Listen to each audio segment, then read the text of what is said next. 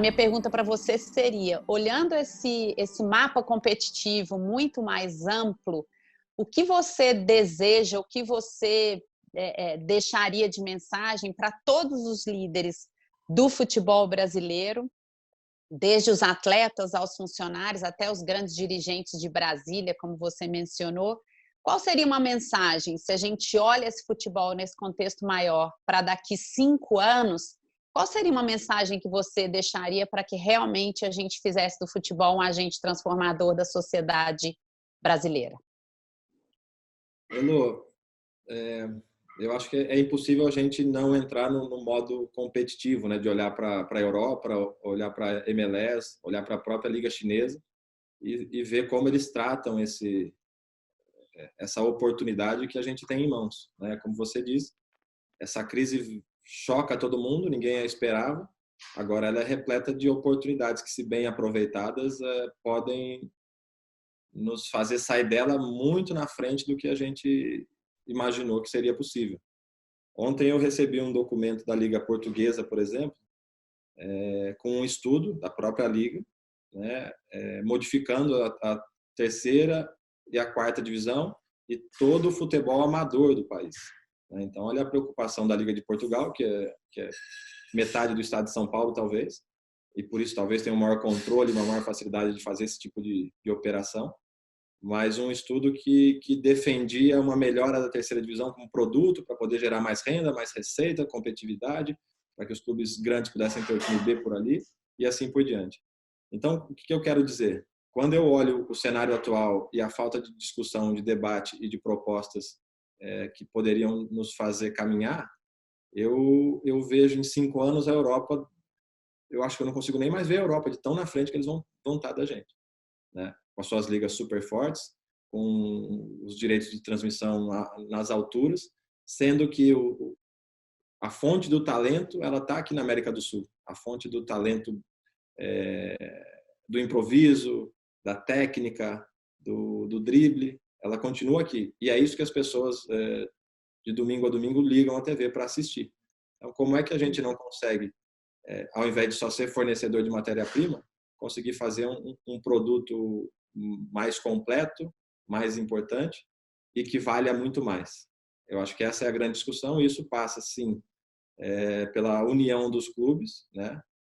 Numa necessidade de se fazer uma liga. Isso passa pelas questões de fair play financeiro, para que os clubes não compitam com capacidades financeiras diferentes do que as propostas pelo jogo, né? Isso passa por uma capacitação em massa dos nossos treinadores, que são eles que mudam, ou que têm a capacidade de mudar o jogador e o jogo, desenvolver o jogador e o jogo, né? Isso passa por uma melhora sistêmica, né, como o professor gosta de nos ensinar, que nos permita, daí sim, em parceria com as federações e com a confederação, cuja responsabilidade principal deveria ser o fomento da prática esportiva, que daí sim tem impacto importante na sociedade, como transformação, que se todo mundo enxergasse realmente esse papel e quisesse trabalhar pelo negócio do futebol brasileiro, a gente teria uma chance super bacana de poder sair dessa crise muito mais forte. Dessa dificuldade de público, de espetáculo, de conciliar, eu queria acrescentar, falando de presente e de futuro, a questão do entretenimento virtual. E você, já como expert que é protagonista e precursor aí até nessa narrativa do próprio futebol online, dos games e tal, como é que você vê, se hoje a gente está com a dificuldade de articular uma coisa presente, se a gente amplia para um mundo que os jovens entram no entretenimento virtual, não necessariamente o futebol, que a concorrência das mídias, ela tira interesse se a gente faz uma perspectiva, como é que você vê nesse momento que tudo isso parece até se acelerar, no momento que não só os jovens, mas nós estamos vivendo uma vida virtual? O que o futebol, na sua visão, poderia e deveria já começar a fazer para que a gente, daqui 5 anos, a gente tivesse com tanta relevância e impacto, tanto no mundo virtual quanto no mundo presencial? Elô, você sabe que eu acho que assim, aqui no Brasil, os clubes demoraram muito para acordar para essa questão da produção do marketing, de como valorizar a marca, de como você levar essa marca para um número maior de gente, né? Eu acho que a gente começou muito depois, isso já se fazia muito na Europa, a gente começou muito depois. Hoje os clubes até têm uma certa organização nesse sentido, mas, na minha opinião, ainda negligenciam muito o chamado jovem, a chamada criança. Aqui no Brasil a gente se acostumou, e isso valia para o meu tempo, né, quando eu era criança. Ah, não, futebol passa de pai para filho, então se o pai é palmeirense, o filho vai ser palmeirense, o neto vai ser palmeirense, a família inteira vai ser palmeirense, o pai leva o filho para o estádio, não sei o quê. Isso não é mais verdade, né? Isso não acontece mais. Pode até acontecer ainda, mas você não vai ganhar torcedores novos com a concorrência que a gente tem hoje aí de outras mídias. Eu vou contar uma historinha rápida. Há uns 5, 6 anos, um sobrinho da minha mulher fez aniversário. Um moleque louco por futebol, e nós fomos na festinha de aniversário dele. E tinham lá 10, 12 amiguinhos dele, todos eles eram de uma escolinha de futebol que esse meu sobrinho frequentava na época. Aí eu comecei a olhar, né, 10, 12, eles correndo pela festa, brincando de futebol lá na quadra do prédio, não sei o quê. Todos eles estavam praticamente de camisa de clube de futebol. Tinha 2 camisas de clubes brasileiros. O resto era Barcelona, era Chelsea, era Manchester United, não sei o quê. Ou seja, o fato desses campeonatos internacionais estarem sendo transmitidos na TV por assinatura, você consegue ver praticamente o mundo inteiro hoje, os clubes, né, desses lugares conseguiam captar os nossos garotos aqui em detrimento dos nossos. Ou seja, quando o pai do garoto vai a uma loja comprar uma camisa do Barcelona, ele está deixando de comprar uma do Corinthians, do São Paulo, do Flamengo, do Grêmio, enfim. É dinheiro que os clubes estão perdendo, né? E eu acho, né, que os clubes ainda não se aperceberam disso, embora esse já seja um fenômeno de algum tempo, né, praticamente acompanhando esse movimento aí que a gente tem na internet, que a gente tem nos games, que a gente tem na TV por assinatura.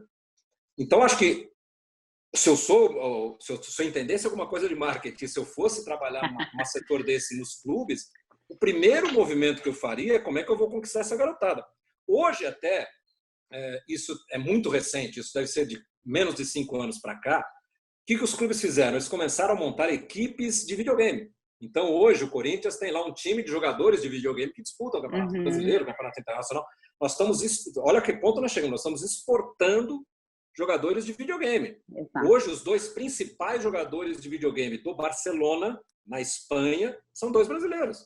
Um deles, inclusive, foi campeão mundial, há 2 anos atrás, jogando o videogame que tem a minha voz lá que eu gravo. Então, acho que esse é o movimento, né? Você tem que começar a se aproximar desse público, não pensando que o fato de o pai dele um dia tentar levar ele num jogo de futebol vai transformar ele num jogador, num torcedor. E mais importante do que torcedor, né, Elô? Transformá-lo num consumidor de futebol. Que, no fundo, é o que interessa para os clubes. É o cara que vai comprar ingresso para ver o jogo, vai comprar o plano de sócio-torcedor, é o cara que vai comprar camisa quando o time está bem, é o cara que vai... Para nós, de mídia, é importante, porque o cara vai querer comprar o pay-per-view, vai querer assistir os jogos do time dele na televisão. Então, mais do que um torcedor, a gente tem que começar a buscar o consumidor do futebol. E acho, sinceramente, que os clubes negligenciaram muito isso ao longo dos anos, só acreditando naquela coisa, nós somos o melhor futebol do mundo, nós temos a nossa torcida leva, vai crescer por si só. Não vai. Hoje em dia, eu conheço muito garoto que torce para time europeu e não torce para time brasileiro. Está impactando não só na saúde, mas na economia do mundo. Você vê isso como uma oportunidade de se pensar em melhores modelos de governança para os clubes de futebol? O que você pensa sobre esse tema? Eu acho que, primeiramente, eu acho que essa crise como um todo, em todas as categorias que passaram por um momento mais difícil, o futebol está entre elas, comércio, turismo, nós estamos no grupo de risco maior, da dificuldade maior, onde você não joga, não recebe, não tem espetáculo, não treina, tem um custo alto, acontece com as lojas, acontece com os prestadores de serviço, com as academias, com os cinemas, com os shoppings, com as grandes lojas de departamento, nós estamos no mesmo grupo. Logicamente, o aprendizado é inerente à crise, isso aí é uma verdade absoluta. Primeira coisa que está acontecendo, que eu estou achando positivo, os presidentes estão se conhecendo. Eles nunca se conversaram tanto como nós estamos conversando entre nós, tá certo? Isso é um grande princípio. Eu sempre brinco que na desgraça todo mundo une. Na hora que você está na bonança, eu quero ver se essa união vai prevalecer. Segundo, nós estamos enxergando doenças crônicas com um pouco mais de lucidez. O futebol tem muitas doenças crônicas. E na hora que você tira a sua capacidade total de gerir um caixa que já é combalido, você começa a enxergar os seus problemas de uma forma com uma lente de aumento. Eu acho que isso vai fazer, no primeiro momento pós-crise, uma redução de investimento e uma adequação de custo nos clubes. Eu percebo isso nas conversas que a gente tem.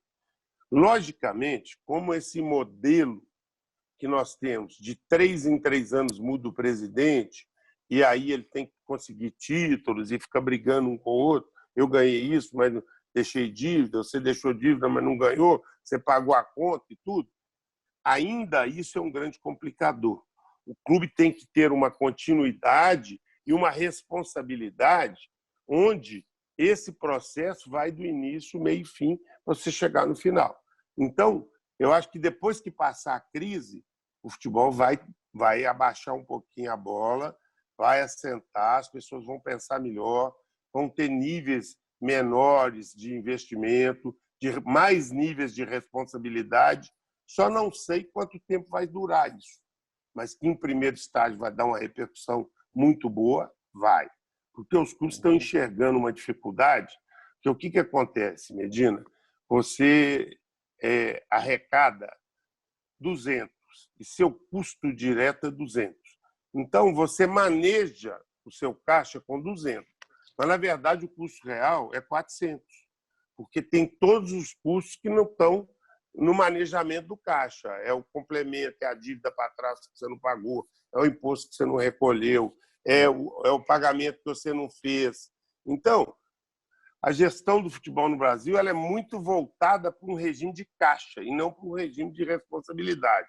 Então, as pessoas fazem assim, não, nossa arrecadação é tanto e começa a contratar em cima da arrecadação e esquece todos os custos que o clube tem que estão ali debaixo do tapete, tá certo?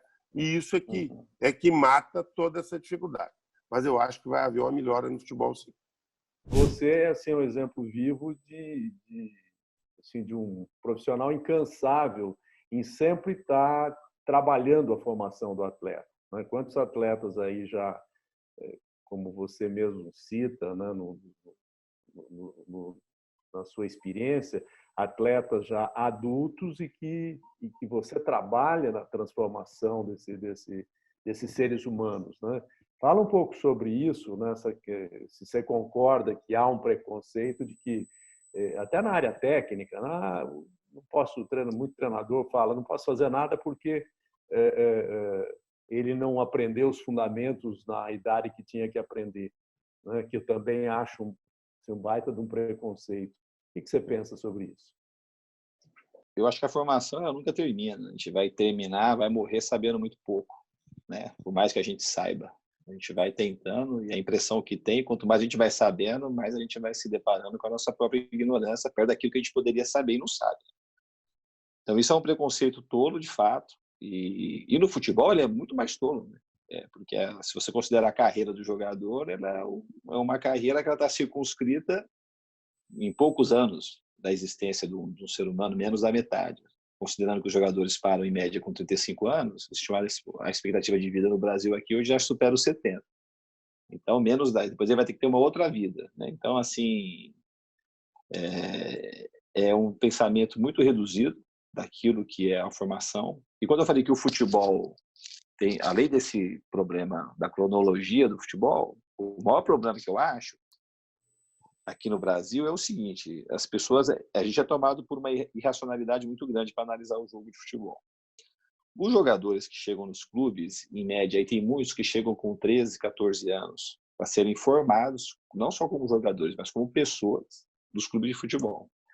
E depois daqui a 3, 4 anos, do jeito que depois com o advento da Lei Pelé, dos jogadores praticamente terem que jogar cada vez mais precocemente para poder ter uma maior lucratividade nos clubes, eles pouco ficam aqui no Brasil, então eles com 18 anos, assim, eles estão jogando no profissional.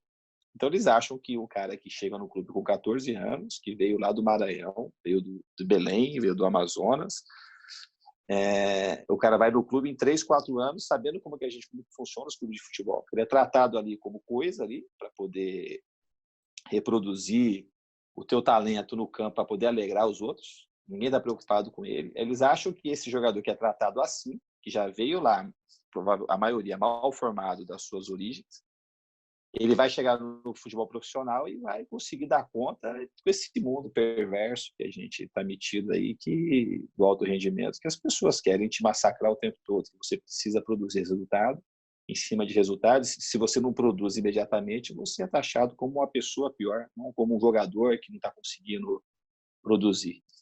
Então, esse massacre que tem em cima das pessoas, ele é muito agressivo.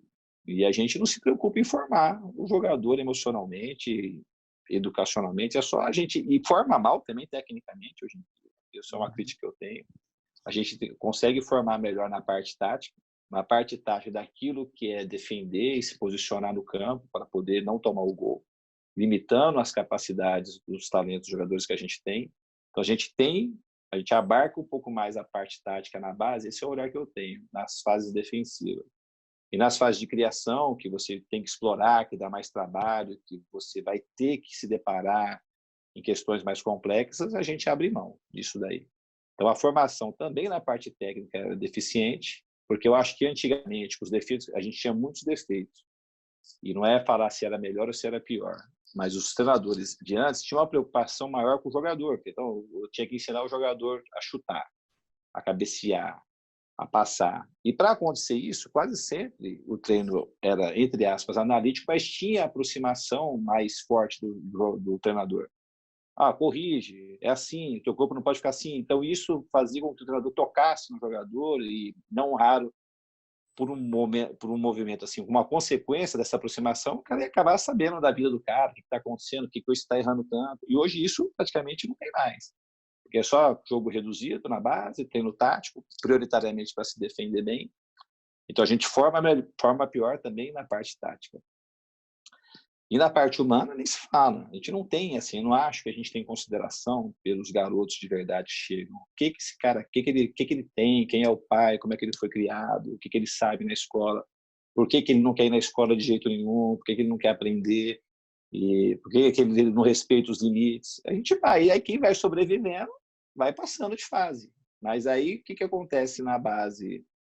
Os jogadores mais talentosos, eles tendem a ir seguindo, mas quando chega no mundo adulto, que é outro negócio, é outro contexto.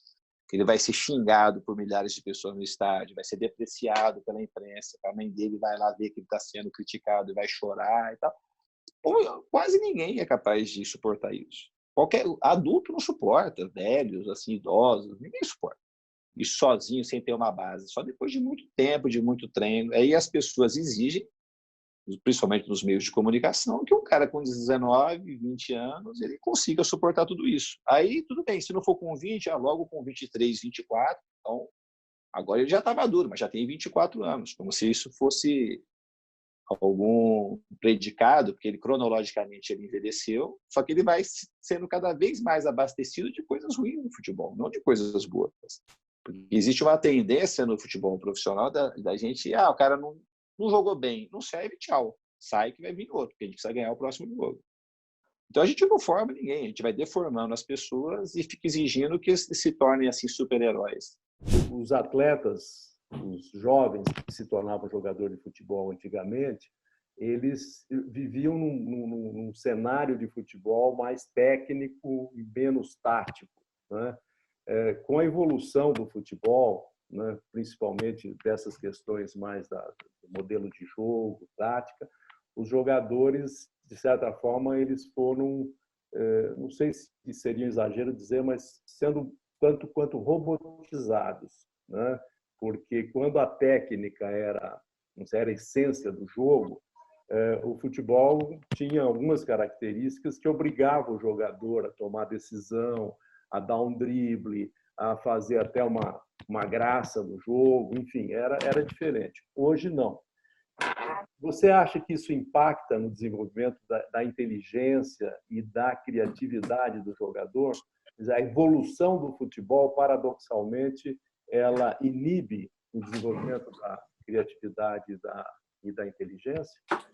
Eu acho que a gente pode dividir essa pergunta, que é alguma coisa que me inquieta também, já de um tempo para cá, em inteligência e em criatividade.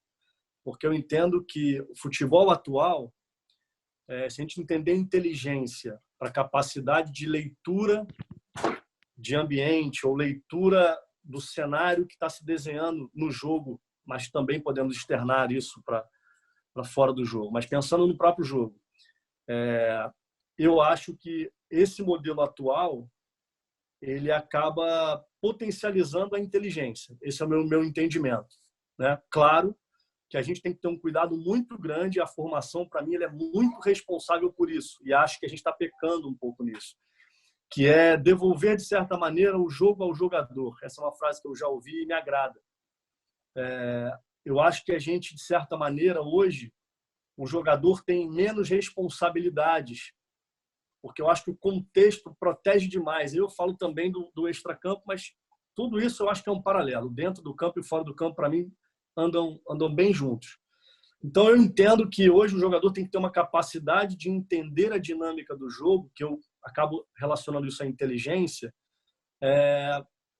aguçado, para jogar o altíssimo nível, né? A gente está falando aqui pensando no altíssimo nível.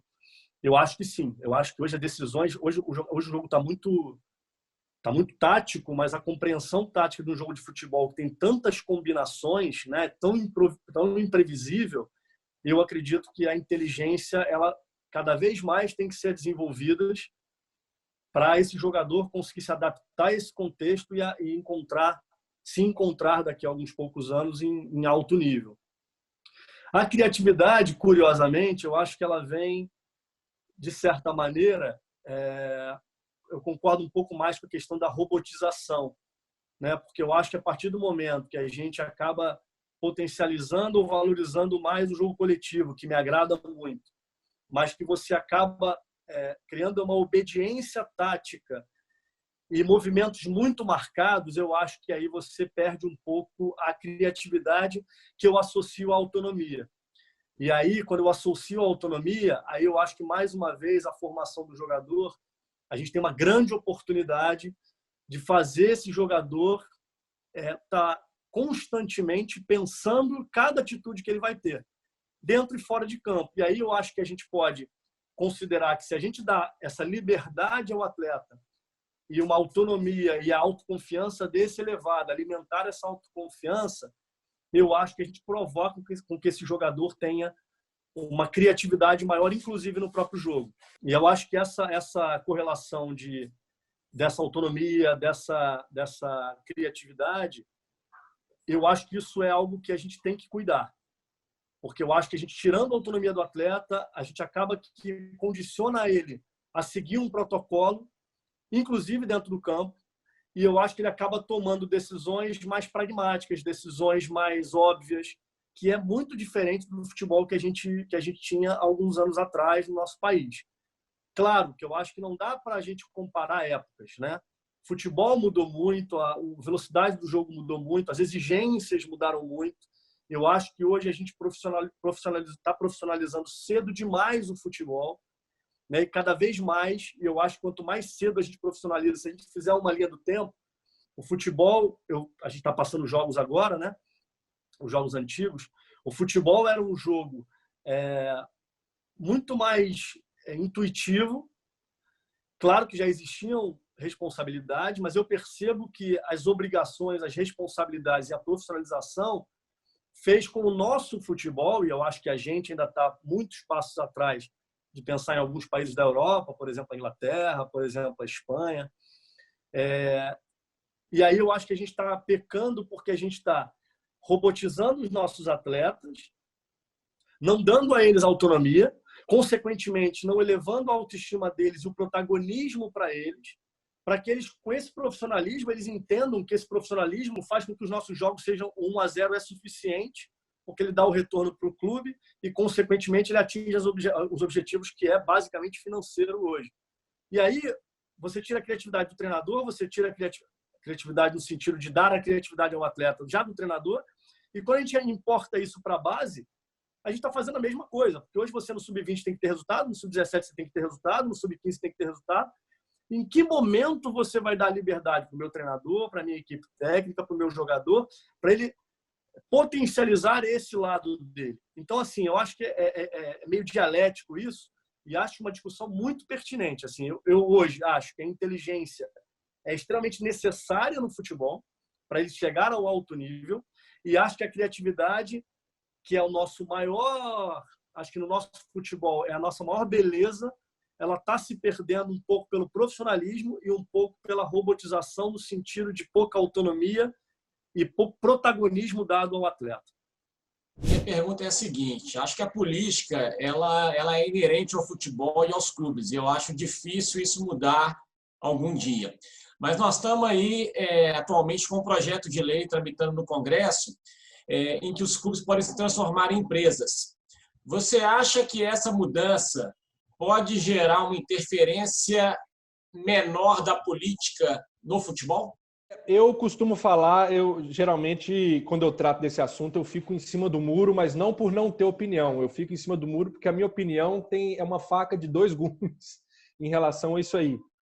A gente tem clubes com um modelo de gestão estatutário que são exemplos em como se gerir um futebol, como tocar um projeto de futebol.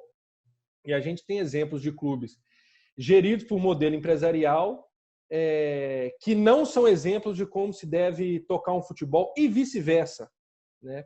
Eu acho que hoje você ter sucesso numa gestão em um clube de futebol, na condução de um projeto de futebol, está muito mais ligada a quem faz a gestão, a quem exerce a gestão, e aí eu estou colocando da primeira estrutura, né, do primeiro escalão, seja ele o presidente dentro de um clube estatutário, ou CEO, ou dono, né, numa política empresarial, e aí passando pelo o dirigente profissional, né? Eu acho que depende muito mais dessas pessoas, de como vão conduzir o trabalho, do que o modelo em si. É claro que o modelo empresarial, seguido ao pé da letra, né, ele tem algumas travas que impedem a tomada de decisão única e exclusivamente do ponto de vista daquilo que o gestor, primeiro, né, o presidente, daquilo que ele acha, o que ele vai achar, sem ter nenhum tipo de sistema de peso e contrapeso, né? De freios e contrapeso. Então, mas eu não creio que só pela mudança de formato de gestão, eu acho que vai haver uma melhora. A solução no Brasil agora, no futebol brasileiro, é transformar todos os clubes em clube-empresa. Eu não creio. A gente tem exemplos recentes aí de clubes no Brasil que não tiveram sucesso, né? Passou grandes dificuldades por tentar fazer essa transição de modelo aí de uma maneira não muito adequada, né? Então, assim, eu acho que depende muito mais. Eu acho que o principal fator o turning point, né, de uma boa gestão, eu acho que está mais nas mãos de quem ali comanda, e do que especificamente no modelo em si, minha opinião. Goleiro hoje, os goleiros eles são mais protagonistas, né, do que até pelo fato dele estar participando mais, né, do jogo de forma geral. Você analisou bem isso, né? Você falou também sobre aspectos emocionais, psicológicos, né? Como é que você vê, dentro desse protagonismo do goleiro no futebol atual, como é que a inteligência, que antigamente também era uma inteligência muito individualizada, né? O jogador era mais inteligente, menos inteligente, mas hoje se exige uma inteligência coletiva, né? Queria que você falasse um pouco sobre o papel do goleiro na construção de uma inteligência de jogo, né, que deixa o jogo melhor, mais eficaz e consequentemente, mais bonito e próximo do melhor resultado. Como é que você vê essa questão da participação do goleiro nesse incremento, vamos dizer assim, que pode ser dado à qualidade do jogo? Medina, eu acho que assim sua pergunta foi maravilhosa porque se tratando de qualidade de jogo, eu acho que a gente tem muita coisa para falar que evoluiu no futebol. E assim, hoje em dia, um dos pontos também que você me lembrou aqui agora que a gente não tinha comentado, que foi assim algo que realmente transformou no meio do futebol, foi a questão dos estudos. Realmente hoje, antigamente eu ia para campo, eu sabia contra quem eu ia jogar, mas eu não tinha mais nada a não ser uma formação que o time normalmente jogava e tudo mais. Hoje em dia, antes de todos os jogos, nós temos vídeos, palestras mostrando como realmente o adversário joga, como nós podemos usar do nosso posicionamento, das nossas qualidades, dos perfis que nós temos dos jogadores para surpreender a equipe deles. Todos os jogadores recebem por telefone ou iPad vídeos, por exemplo, eu como goleiro, eu recebo vídeos de pênaltis dos maiores batedores do time adversário, isso todos os jogos. Recebo vídeos dos atacantes. Então, assim, uma parte que cresceu muito foi o estudo também sobre o jogo em si. Hoje em dia, nós vamos... eu hoje, por exemplo, trabalho com um profissional, com um treinador, que ele, antes de todos os treinos, ele leva todos os setores 20 minutos para uma reunião no auditório, mostrando o que ele quer com o treinamento, quais os posicionamentos que nós vamos fazer, o porquê daquilo. E isso evoluiu demais, porque hoje o meu entendimento sobre o futebol é muito maior, é muito mais amplo. Hoje não é só mais um jogo de futebol, é um jogo estratégico, é um jogo de posicionamento. E isso, mais uma vez, eu acho que foi o responsável foram os treinadores. Antigamente também a formação de treinador era os cursos, até mesmo as informações eram muito menores do que hoje. Hoje o treinador ele tem que passar por um estudo, por um aprimoramento, por uma questão técnica, tática e de estratégia de jogo muito grande. E hoje ele pode passar isso para nós e nós vamos absorver isso. Então, eu acredito que hoje a inteligência não é, igual você falou, apenas individual. Esse é mais inteligente, esse não. Todos hoje têm que ter uma inteligência tática, técnica do jogo muito grande.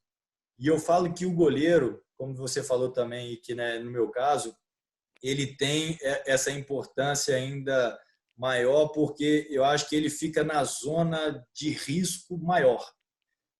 Porque você perder a bola no ataque, você tem ainda como se recompor e não tem tanto risco.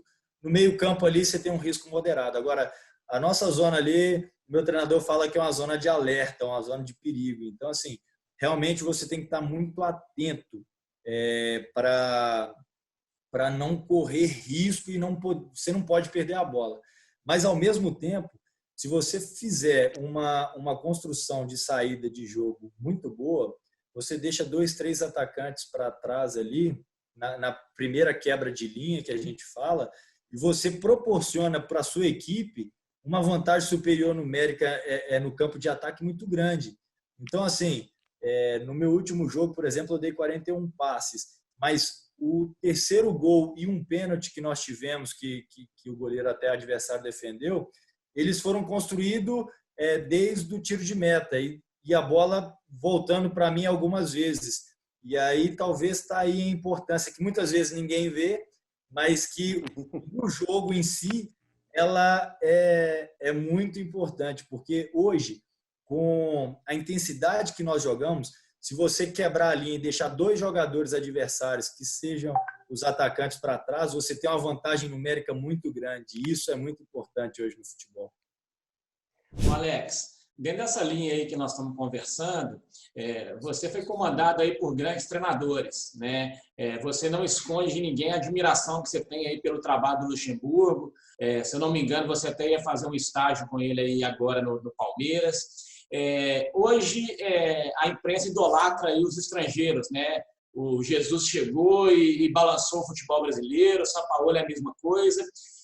Você acha que essa geração que você passou, do Luxemburgo, do Filipão, esses caras realmente ficaram para trás dentro do futebol de hoje? Ou isso é fruto mais da memória curta do brasileiro, né? Que idolatra os seus ídolos por um período de tempo muito pequeno e esquece toda a competência aí dessas pessoas? Qual que é a sua opinião sobre isso? Então, vamos lá, vamos por parte. Primeiro eu jamais, essa é uma opinião muito pessoal minha, eu jamais posso abrir mão de alguém que tenha vivido uma situação durante 30, 40 anos. O futebol mudou, só que mudou com eles dentro. Eles estão ali dentro. Eles não saíram, eles não ficaram 10 anos parados e depois voltaram para o futebol. Eles estão ali, estão vendo as mudanças. Nesse período todo, o Vanderlei foi para o Real Madrid, dirigiu outras equipes do Brasil, o Filipão dirigiu o Chelsea, foi para a China. Você fala, você não, né? O geral fala em ultrapassado. Eu não posso falar como é que eles treinavam, porque isso mudou muito. E aí eu não sei se eles acompanharam essa mudança. Por exemplo, os treinos que o Filipão e o Vanderlei me deram lá atrás, em 99, 2000, eu não sei se eles dão os mesmos treinos hoje. O Vanderlei eu sei que não, porque eu tenho uma relação com o Maurício Cupertino, que é o auxiliar do Vanderlei, e eu acompanho os treinamentos. Muitos dos treinos que o Maurício me mandou, o Vanderlei nunca utilizava com a gente lá atrás.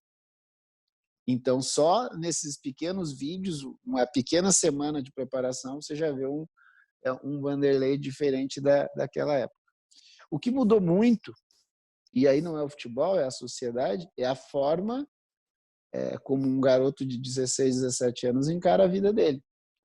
Como um garoto de 16, 17 anos enxerga o futebol. Eu, com 16, 17 anos, eu só queria jogar bola. Eu não queria outra coisa. Eu olhava para o time principal do Curitiba e pensava comigo, eu tenho lugar para jogar ali. Esse cara que está jogando de 10 ali, eu acho que eu posso fazer mais que ele. Um menino de 16, 17 anos hoje tem contrato. O Juan, zagueiro que trabalha no Flamengo hoje, ele fala uma coisa que é muito verdadeira. Se seguir assim, daqui a alguns anos nós vamos ver meninos de 19 anos anunciar aposentadoria. Porque financeiramente ele vai estar resolvido, só que ele nunca jogou. Medina está aí, Medina pode falar como é que ele lidava com jogadores na década de 70 e 80 com 20 anos, e hoje ele está no Atlético e vê os meninos de 20 anos. É outra mentalidade, é outro pensamento, é outra maneira de sonhar, é outra maneira de ver a vida. Por exemplo, na minha época, aquilo que a gente falou na pergunta anterior relacionada à informação, eu fazia um gol no domingo. Se eu perdesse os programas esportivos que tinham 10 horas da noite, aquelas mesas redondas que discutiam futebol, eu só ia ver o meu gol no programa na hora do almoço do dia seguinte. Até essa ansiedade você tinha.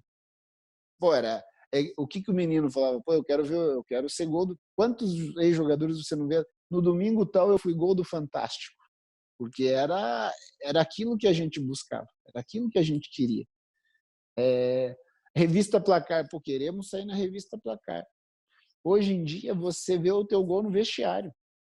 E fora ele vê o gol dele, ele já vê comentário do gol dele, se estava impedido, se não estava impedido. Então, as coisas são muito rápidas. Fixando no Filipão e no Vanderlei, e aí estendo para a geração deles, cara, não posso abrir mão de uma experiência como essa. Eu, por exemplo, eu viro treinador amanhã e o meu time vai disputar uma oitavas de final de uma competição. Eu, como treinador, eu nunca vivi isso. Como jogador, sim, eu vivi, mas como treinador, eu nunca vivi isso. Aí eu olho para o meu lado, o meu adversário é o Filipão, que aquilo ali o cara já viveu aquilo ali 500 vezes. As sensações são totalmente diferentes, eu não posso abrir mão disso. Eu acho, assim, de um desrespeito e muitas vezes babaquice da forma como colocavam. Se eles entenderem, que eu acredito que entenderam, essas mudanças todas sociais, seguem o trabalho e de maneiras diferentes, de formas diferentes, mas com aquela memória guardada de muitas coisas que eles viveram.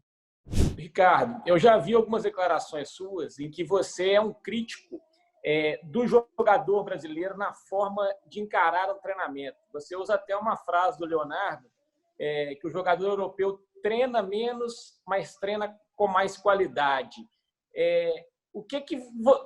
Como que isso reflete no jogo de uma equipe europeia e de uma equipe brasileira? Você consegue falar um pouco sobre isso? Consigo. Eu vou ser obrigado a corrigir um pouquinho a fala do Leonardo. O Leonardo falou que o jogador médio europeu ele treina melhor do que o jogador médio brasileiro. Então, assim, a gente precisa saber o que é jogador médio. Jogador médio não é um qualquer. Jogador médio é 95% dos jogadores que jogam futebol de alto nível. E nós temos os extra-classe, que estão lá em cima, que são pouquíssimos que surgem ao longo da nossa existência, e temos os muito abaixo. Então, o jogador médio são 90% desses jogadores que a gente vê. Então, eu já entrei em algumas reflexões sobre essa frase do Leonardo, que eu achei muito sábia, mas de muitas interpretações. Então, assim, a gente que está à beira de campo desde sempre, a gente vê que uma máxima do futebol brasileiro você tem que jogar com alegria. E esse jogar com alegria, nós brasileiros que somos alegres por natureza, graças a Deus, né? A gente já leva essa alegria de uma maneira deturpada para o treino. Então, eu estou falando isso como treinador que fui, dirigente que sou, durante muitos anos, você toda hora precisa chamar atenção para que o jogador leve isso mais antigamente, mais antes do que agora, mas que leve o treino. E não é simplesmente não sorrir no treino, esquece. Até numa cirurgia grave, o médico tem que estar descontraído, tem que estar solto. Mas é o estar consciente, concentrado, focado naquilo que você está fazendo. Nisso a nossa escola peca muito. E eu diria que o nosso treinador também embarca. Nós somos todos farinhas do mesmo saco. Nós somos todos na mesma cultura. Na mesma cultura de se treinar sorrindo, de se treinar alegre, de se treinar de uma maneira divertida, porque somos assim, o brasileiro é futebol assim, e isso é mentira. Nós somos cobrados de uma maneira assustadora. E como que a gente leva para campo, em horas e horas de treinamentos semanais, mensais e anuais, a gente leva para campo desconcentração, descontração. A gente tem que estar em campo de uma maneira muito concentrada, muito atenta. Nós, escola brasileira, nós não sabemos lidar com o erro da maneira como deveríamos. Ou seja, o erro no desenvolvimento do talento e do jogo, ele é fator de crescimento. Não tem nada a ver com a máxima na vida de que é errando que se aprende a acertar, é errando que se acerta. Não. Mas o erro te traz muita coisa. E nós costumamos ir para casa, treinadores, comissão técnica e jogadores, após um treino de merda, desculpa a expressão, a gente vai para casa achando que treinou para caramba. Ou aí já vou dividir um pouquinho. O treinador, depois de uma semana de trabalho, eu já fui para casa muitas vezes assim, depois de uma semana de treino, nossa, treinamos isso, compactação, marcação no bloco alto, no bloco baixo, essas coisinhas todas que hoje tem no futebol, né? E o meu jogador, o que ele treinou? O que ele tem consciência de que treinou? Que feedback eu, treinador, fiz com o meu grupo para que ele fosse com a mesma consciência ou com o mesmo conforto que eu fui para casa? Aí você vê Liverpool e Flamengo, que a gente nitidamente viu uma equipe que chegou descontraída. Eu tenho até um post meu no meu site em que eu falo que uma semana antes, perguntaram para os protagonistas do Liverpool se conheciam o Flamengo. Eles falaram, eu sei que foi o time que o Zico jogou. Quer dizer, não sabiam absolutamente nada do Flamengo. Lógico, o Klopp, como treinador, ele tinha informações, ele tinha que falar. Mas chegaram lá, jogaram, tá intrínseco neles aquela cultura tática, de respeito tático, eles sabem que eles têm que jogar um para os outros e não os outros para o um, sem querer ser radical nessa colocação. Mas essa seriedade é que a gente precisa levar. Então, eu acho que está aí, nessa frase do Leonardo, está aí um gancho importantíssimo da escola do jogo brasileiro, que é o treinar com qualidade, com seriedade, com foco, tirando o conceito, tirando o conteúdo do treino. Eu já apontei o dedo para jogador, para treinador, para dirigente, para mídia, já apontei para televisão, já apontei até para torcedor. Apontei o dedo como causa de. Por isso, mas, na verdade, nos últimos anos, eu tenho colocado tudo dentro de um bojo só e procurado expressões que simbolizem isso tudo, porque não deixa de ser. Um dirigente que manda embora um treinador com 2 meses, com 1 mês de trabalho, ou às vezes até menos, ele tem as suas razões. A estrutura do futebol permite que ele faça isso. A legislação permite que ele faça isso. E quem vai apanhar amanhã na rua de uma gangue de torcida organizada é ele ou a família dele. Quem vai sofrer vai... Então, assim, simplesmente acusá-lo disso não é tão simples. Então por que ele vai ser? Tem muitas situações em que não tem ninguém querendo ser dirigente nos clubes. E acaba que foi ele mesmo, assim como em qualquer outro campo da vida. Então, assim, nós somos uma comunidade do futebol. Nós, enquanto sociedade brasileira, nós somos aqueles que são fãs do futebol, nós somos uma comunidade do futebol. Então, esse foro que nós temos hoje aqui, o Fute Talks,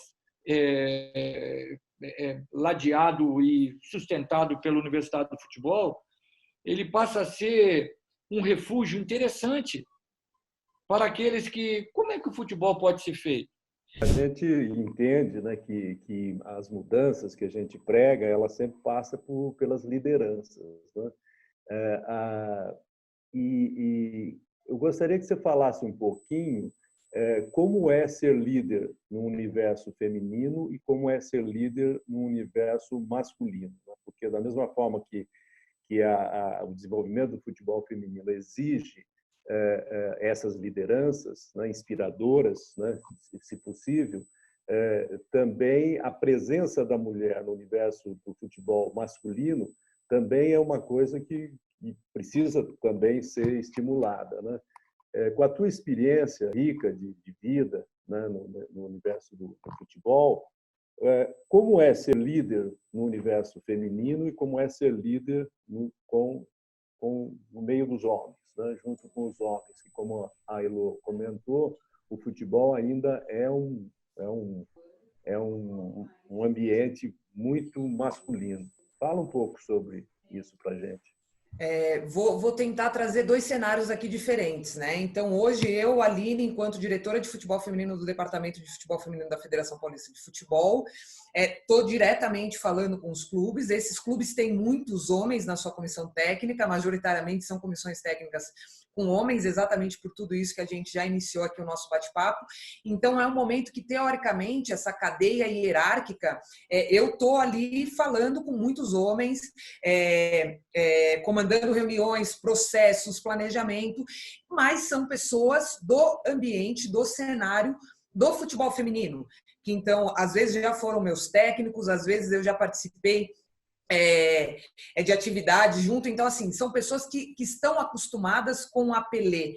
Então, eu não sei se essa hierarquia ela é clara, mas ali naquele momento isso acaba se dissipando, porque tem um respeito, é a forma também que eu entendo que a gente tem que construir com esses clubes, todo mundo na mesma direção, trabalhando juntos.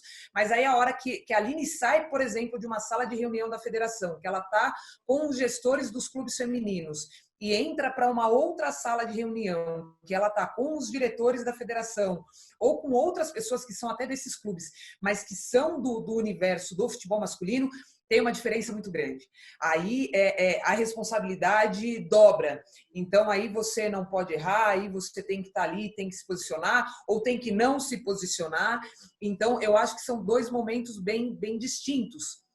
E que, infelizmente, a hora que a gente está falando desse momento mais focado no futebol masculino, você só vai aumentando a bagagem, né? Então a responsabilidade cresce, você não pode errar, você tem que se posicionar bem, você tem que ser assertiva, você tem só uma chance para causar aquele impacto e as pessoas te respeitarem. Então a linha é muito tênue, né? E aí, fazendo paralelo, eu não sei se um homem numa situação dessa, que também está ali da federação, um diretor tem essa preocupação. Eu sei que eu estou ali não só enquanto Aline diretora, eu estou representando uma categoria toda que é o futebol feminino, eu estou ali brigando por alguma coisa, por um espaço, por uma conquista, então a responsabilidade aumenta muito.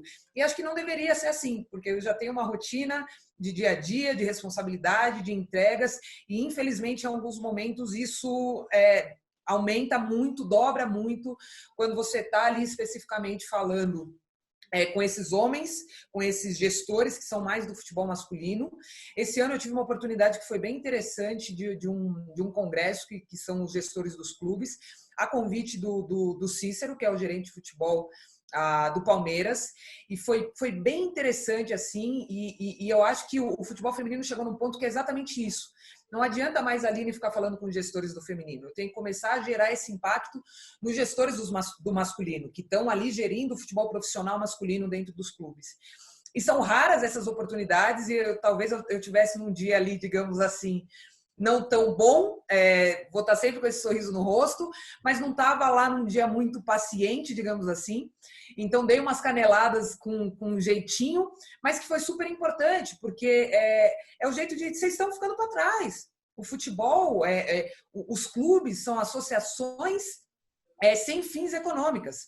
Eles desenvolvem dentro disso futebol para homens, pode ser profissional, futebol para homens pode ser não profissional, e futebol para mulheres. Então, assim, a gente tem que parar de tirar essa responsabilidade de que o futebol feminino, o clube não tem que fazer. O clube faz futebol, a federação faz futebol. Então, foi um dia assim, muito interessante, porque eram gestores de altíssimo escalão desses clubes hoje do futebol brasileiro, mas que eu acho que foi um bom recado, mas poderia ter espanado. E se espana? E se de repente alguém vir ali e fala, pô, eu não vou ficar tomando esporro dessa mulher aí. Quem que é essa mulher? Quem que ela pensa que ela é? Mas aí eu começo trazendo a minha história, falando que foram 7 anos como capitã, 9 anos dentro da seleção brasileira, Copa do Mundo, campeã de 2 Libertadores, Copa do Brasil. Então, com esse currículo, se eu fosse homem, eu não precisaria nem me apresentar, todo mundo me conheceria.